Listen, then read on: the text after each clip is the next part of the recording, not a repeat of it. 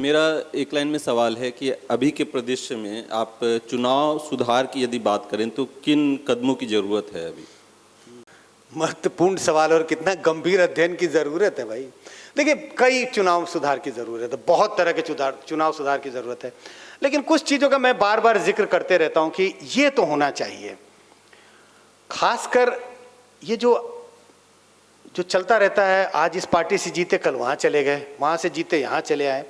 मुझे लगता है कम से कम इतनी पाबंदी होनी चाहिए कि आप आज जीत के आए एक पार्टी पे, आप 1/3 भी लेके 2/3 भी लेके चले गए तो, या अगर आप 2/3 नहीं लेके जाते हैं तो आप रिजाइन करना होता है। जैसे मध्य प्रदेश में हुआ कि भाई ज्योतिरादित्य सिंधिया लेके चले गए, एग्जाम्पल जो याद आ रहा है मैं दे रहा हूँ, उनके खिलाफ कुछ नहीं है, वो लेके चले गए, सारे लोगों की सदस्यता खत्म हो गई, अब फिर चुनाव होता है।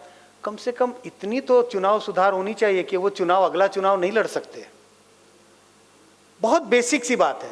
तो चुनाव सुधार के नाम पे वो बड़ी बड़ी बातें होते रहती हैं, ये होना चाहिए वो होना चाहिए। मुझे लगता है इसकी बहुत सख्त ज़रूरत है कि अगर आप, मैं तो कहूँगा अगला चुनाव भी ना लड़े, लेकिन अगर वो लगता है कि हाँ वो बहुत सख्त है, तो कम से कम आप एक पार्टी के चुनाव चिन्ह पे जीत के आए, 8 महीने साल भर के बाद आपने पार्टी बदल ली और आपकी सदस्यता खत्म हो गई। जो मध्य प्रदेश में हुआ वो 18, 20, 22 जितने थे सब ने रिजाइन कर दिया, चुनाव हुए, सब बीजेपी के टिकट पे चुनाव लड़ लिए।